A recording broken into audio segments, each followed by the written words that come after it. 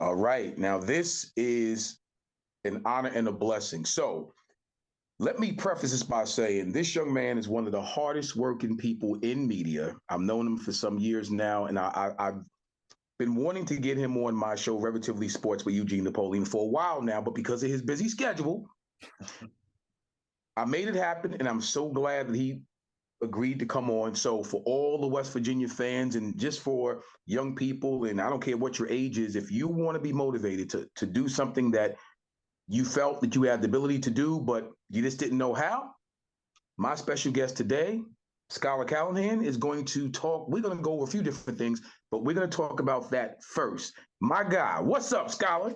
What's up, man? I'm glad to be on. This is a little, like I said before, it's a little different being on this show instead of being the guy just editing it all and throwing it up. So it'll be fun to chat with you. And like I told you too, like I've never really told my story before, so it'll be fun to do that here first. I'm actually going to be doing it again here in a couple of weeks with somebody from one of my former schools. So, but I get to do it here first with my guys, so I'm ready to talk it up. Absolutely. No, I appreciate that. That's what's up. Now look, I'm gonna go back from the beginning just for a little bit. Now I know you are a diehard West Virginia fan. Yeah, yeah. And I know you're from the great state of West Virginia. Mm-hmm. So I'm gonna put these two things together and ask you, first off, what started you in the media lane, one, right? And what started you with the different multiple channels that you've developed for other organizations, including the NFL, the NBA, of course, Mountaineer, now. What got you into that direction? Was it the love of all Mountaineer sports? It was. And it's really weird because, like I said, this is something I've never really told anybody except for just friends and family. So it all goes back to my freshman year of college, right? And really even before that, because my senior year of high school, I was getting recruited for baseball, had a few Division I offers, was going to go to a couple of, I pretty much had it down to a couple schools. And I really wanted to go to Creighton. Well, my arm was not necessarily in, I guess, good enough shape to go there. So I kind of held out my commitment until the last possible second to just in case they would come back around and say, yeah, we'll take you. But fortunately, it didn't happen. So I ended up going to a Division III school in Wheeling, Bethany College. Was there for, I don't even know, maybe 2-3 weeks, and I was already bored. And I was like, you know what, this isn't for me. Like, and it was no disrespect to the people there. It was just, it wasn't a good fit because it was just a last second thing. And I felt like I could have, I guess, done better, for lack of better words. So a couple weeks in, I was already wanting out. But my mom, my dad, they were just like, keep sticking to it. My girlfriend at the time was telling me like, hey, just stick to it and see what happens. So get to about winter workout time, and we're training and going through the 4 a.m. lifts and all that stuff, and long days of school and work. And I get to a point where I'm like, something's not right. Like I'm something's just not feeling right. Well, who all knew that it would come down to me getting hurt again, but in a different area. So throwing a bullpen one day, sprained my ankle, and it's a bad sprain. Wow. So it was on one of those retractable, or not retractable, but those portable mounds that you can move around. So my foot came down and just went like this, right on the mountain. So I'm doing rehab leading up to our Florida trip, which we do every year to start the season. And I'm just not feeling 100%. And I'm like maybe 50, 60%. So before we do this Florida trip, about 2 weeks before the start of the season, we all have our one-on-one meetings with the head coach and, either the pitching coach in my instance or the hitting coach.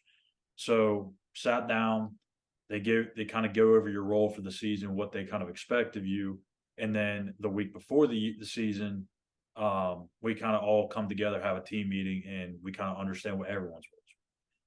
Well, his thing was he wanted me to be a starting pitcher as a true freshman, be the third starter out of the three guys that they start.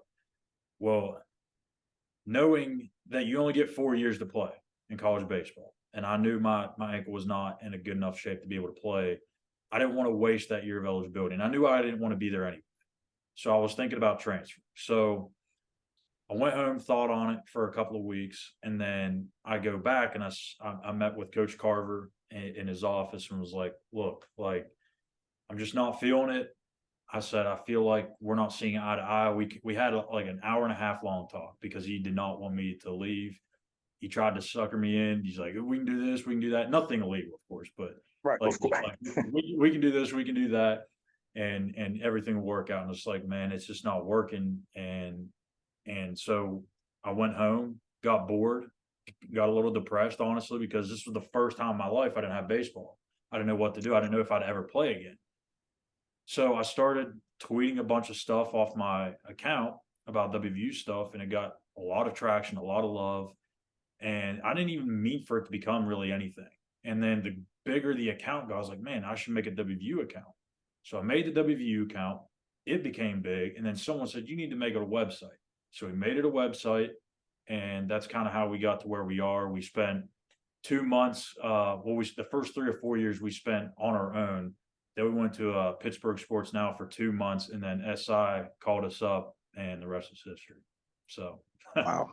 long-winded answer, but No, not at all. Because what's good about that is you talked about the process.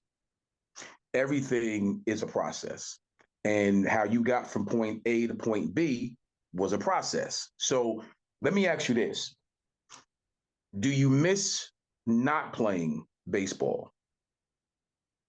yeah, I mean, I think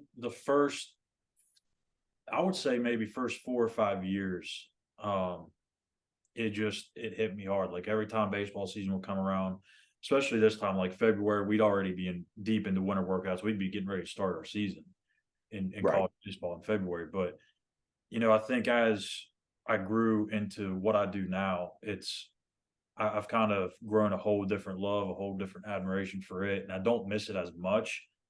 But Right. those first few years, like it still had that burn in me. Like, man, I could still be playing right now. I could be maybe in minor leagues if I really push myself. And like, and that's I even went back and this, 3 or 4 years after the fact. This was kind of like my last hurrah, if you will. And I was like, you know what? I don't want to ever have that regret and not knowing if I can make it. Now, I spent a whole summer pitching, working out and stuff, trying to get back into shape and in baseball shape. And I ended up going and went and did a Frontier League tryout, which is for West Virginia fans, the Washington Wild Things are just up the road from Morgantown.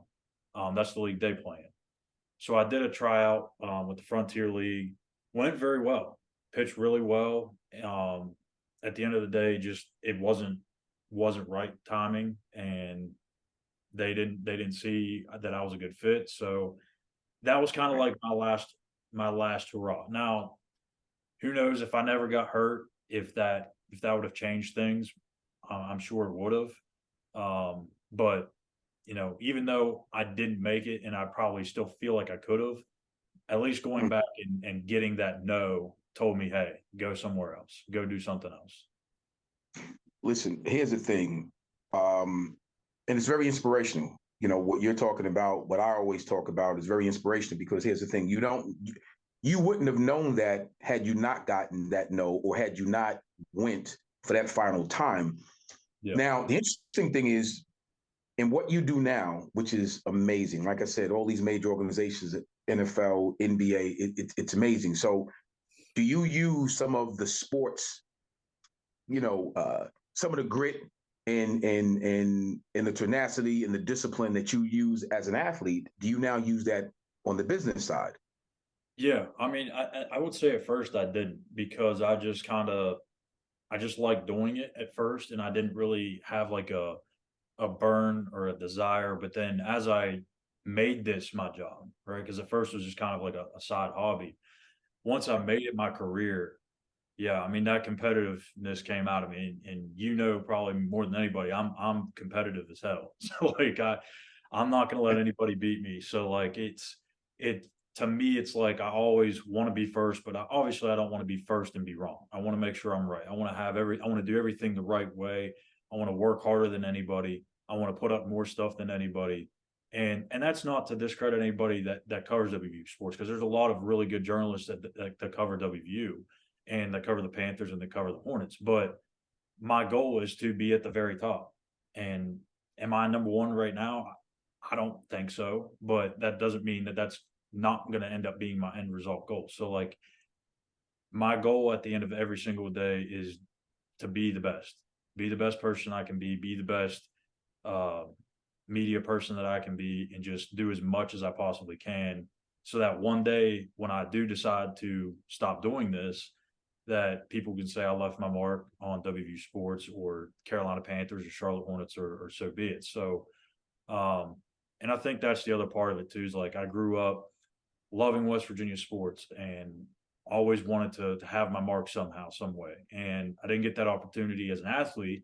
So this is kind of like my way of paying back. And also like I've always wanted West Virginia coverage to be bigger than what it is and what it was for me growing up. Because I mean, you know, when you played at WVU, don't really get a whole lot of love, a lot of attention from, you know, like ESPN or stuff like that. But I felt like this fan base has such a passion to it that it's unmatched. And if someone's willing to pour in the time and the effort to do it, Right. then not only will you see the returns, but they'll see it too. So I feel like that played a big part in it too. Absolutely. I mean, I look at it, and that's the thing I was going to allude to as well. And I'm glad it's a perfect segue. When you talk about, the having the character, the moral code as a journalist, it's rough because sometimes people get into just putting up stories and putting up information, and it's not really credible and it's not correct, and Yeah. sometimes it's misinformation. And again, in this industry, me being in the sports and entertainment industry for 27 years and counting, I see clickbait every day. Oh yeah. From It's out different facets, from different networks, and it's surprising to me that people really do that. They cover stuff, and they may know that it's not correct, but because they want to be first, they'll post anything, they'll put anything out, and there has to be some journalistic integrity that goes into that. But that also is a depiction of the person who's writing the story, who's researching the story. That has to be in you first before you can apply it and put it, into your business practices. So, with that being said, what motivates you and what drives you to have that integrity? And I was blessed with your beautiful parents, your mom and your dad. So I would think it came from being raised that way. But what say you to that? What pretty much allows you to have that integrity and that character when you are researching and when you are posting these? Yeah, I mean, I think it does go back to like my childhood. Like I was always, and I don't mean to brag about myself, but I was always a good kid. Like I always tried to do the right thing. I was never like a troublemaker or anything like that. And a lot of that's credit to my parents and my sister. Whenever she helped me grow up as well. When I moved down to North Carolina, she helped me with a lot of things. And I just think being around, having that support from family and even my friends, um, they hold you accountable and they know that they see your potential and they don't want you to tarnish it. And it's also with yourself too. Like you got to have, I think, a self awareness about what you do and what you say and even what you write. And I think I mean I would be lying if I said I didn't mess up or if I didn't make mistakes or if I may have been that guy when I first started out because I didn't know what I was doing. I had to self teach everything. Like I didn't go to school for journalism. I didn't study any of that stuff. I just literally took what I was doing on Twitter, turned it into a website, and I'm still learning today. As of today, like I'm still learning stuff, especially from the guys down here in Charlotte that have been in the media business for years. I love picking their brains, but the thing with, like, for me is I don't want to do something that's going to tarnish my name and potentially my future's kids' names. Like, I don't want to do anything that gets my name a bad rep or my parents' name a bad rep. I'm not going to be that guy. I want Right. people to, if they see Schuyler Callahan's name, they know that they can trust it and that it's not just some BS that I'm just trying to get clicks. Now, I ain't gonna lie to you, G. Clicks is what we do it for, in a sense, because if we Right. don't get those clicks, we're not going to be able to continue to do what we do. But you have to do it a certain way. You have to do it, like you said, the morally right way. Well, here's the thing, and what I love about your story, and it's continued. Your story is still being written even as we speak. It's a blessing, right? Oh yeah, of course. So, what what's it like to be part of the NFL and the NBA and turn that into a business? What is that like when you're sitting in the room and you're covering the Panthers, Yeah. and then you flip that around and you're covering the Hornets? What, please let me be a fly on the wall and tell me, what does that feel like? Oh man, it's it's surreal. Like, and I think sometimes I don't get the time to just sit back and really soak it all in because I'm doing it 7 days a week. But like, if you were to tell me this like 3, 4 years ago that I would be doing this, I would have said you're crazy. Like, I would have said nobody in God's green earth is going to give me a chance. And we've all been to that at some point in time. We've all thought no one's going to give us a chance. But um, and even going back to like when I was a kid, like obviously I wanted to grow up, be, a professional baseball player or something like that. But at the end, like I've always, as a fan of sports, I've always been like, man, you know how cool it would be to go in there and ask, like this guy a question or that guy a question, or why didn't they see it that way? And I've always been like that. And now I get to do that. So it's like sometimes you got to pinch yourself because it just doesn't seem real.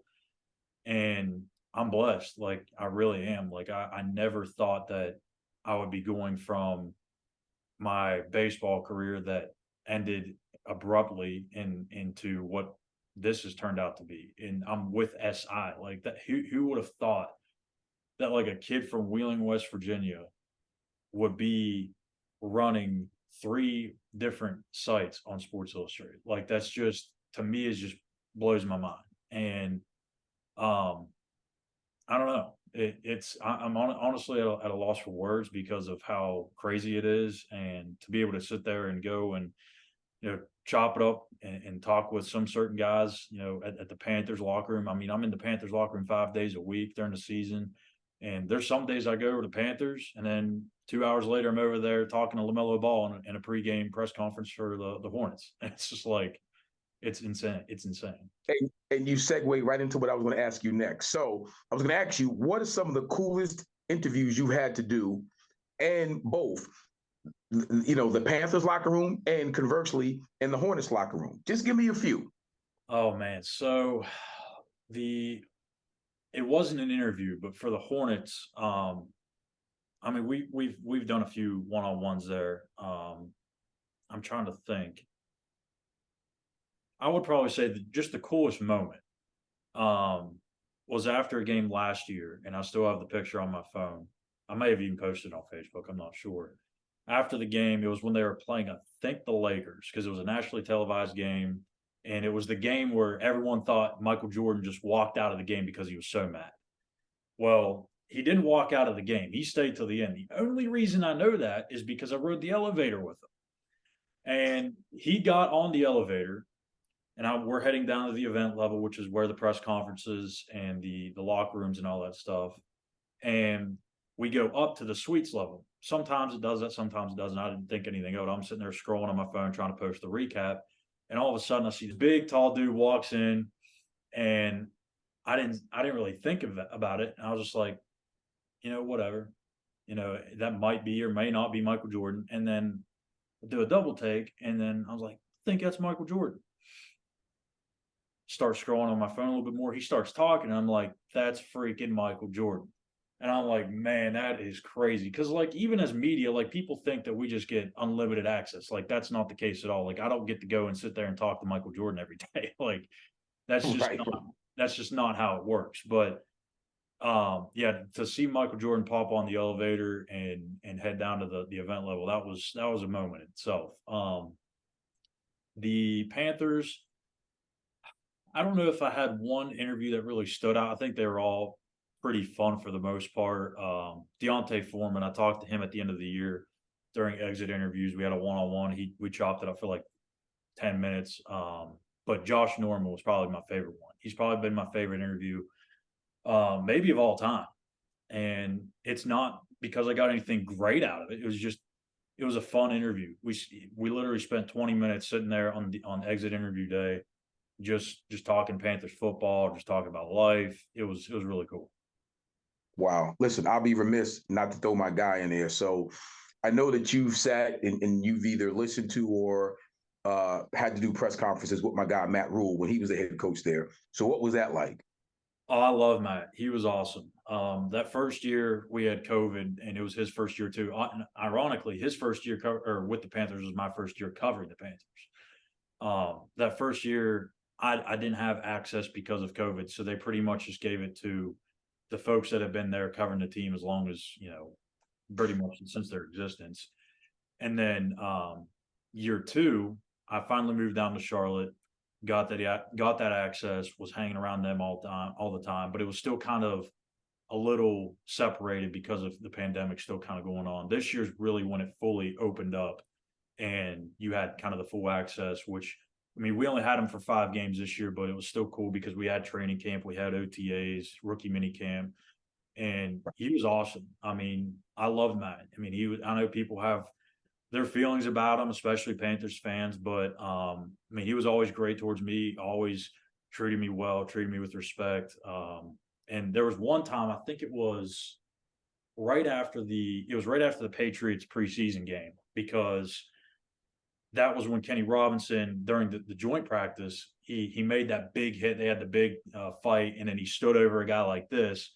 Right. Well, the following week they had practice, and Matt came over and he was joking with me. He's like, "Oh, Scott, I see you're sitting down over there. You don't want to stand up during practice either, huh?" So he came over, we talked it up, and we were talking about that play, what had happened, and just kind of sat there and BS for 10 minutes. It was really cool. That was kind of the first time I've ever really had an interaction with an NFL head coach or really any head coach that was just kind of off the record, just kind of BSing it up. And it was just kind of a cool moment. He's one of the more sincere, honest individuals I've ever met in my life. I have a lot of respect for Matt Rule. That's why I asked that question, because I know what type of character, he is as a human being, tremendous character. So what I enjoy about watching your career go from start to where it is now, you never changed. And what's interesting about that is sometimes when people here's what's interesting about success, because there's levels to everything. So I don't care if you get that much success, right? Just that little teeny bit right there. Yeah. People all of a sudden change. It's the weirdest thing, right? And I understand it's a human thing, but you never changed. You're the same person that I met some years ago, even with doing what you're doing, and you're very successful at it. So I'll say it because I know you're humble. So I'll say it. Thank you. You're very successful at it, and I'll depict how and why. You don't get opportunities. You're not given opportunities to work with Sports Illustrated, to work, to be linked to the NFL or the NBA without being successful, because no one gives a job to someone just purely because they like them. It has to be counterintuitive for both entities to be rising at the same time, where it's beneficial for both entities. In your case, it's beneficial for all three: Sports Illustrated, the Panthers, and the Hornets. It's a beautiful thing. Now, I love the fact that you are the same person because that speaks again to your character and it speaks to your upbringing. And I'm glad that you can speak to that because I think young people need to understand that, people in general, but more so young people, because they're watching your lead. For individuals who want to get in this media space, they need to see and hear stories like this so they can understand how to, how to conduct themselves when they're being given these opportunities.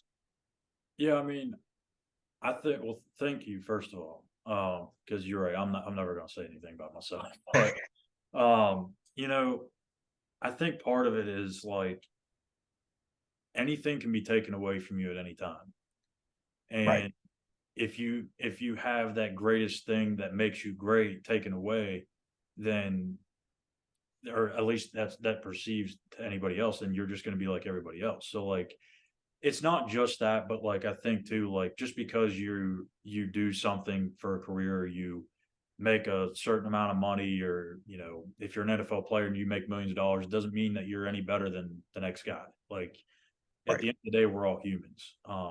But it took a long time for us to even make money. And I don't know that I've ever said this either. Like, so the first 3 or 4 years that we had the website, which was known as W Nation at the time, we didn't make a penny, man.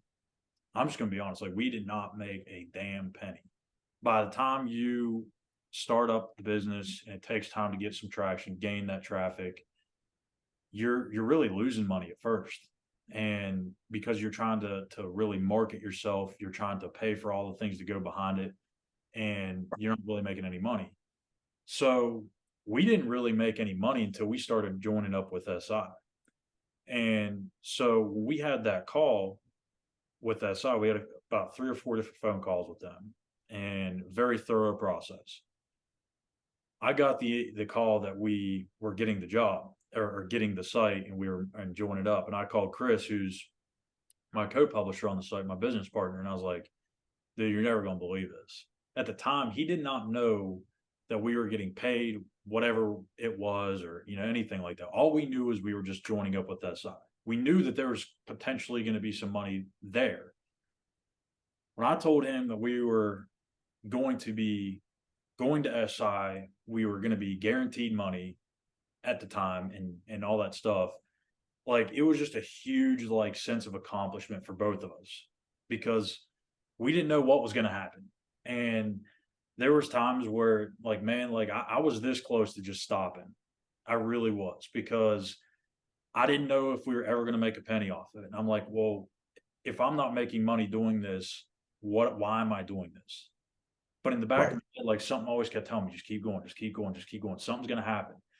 And there were several nights where like, and my wife knows this too, like she would come over and I would spend pretty much all Friday night and Saturday night. Every time she came over to hang out, I'd sit there and scroll and try to find, and I would literally send people, I'd copy and paste messages to different media outlets and say, hey, this is, Scott Callihan, I do this, this, and that.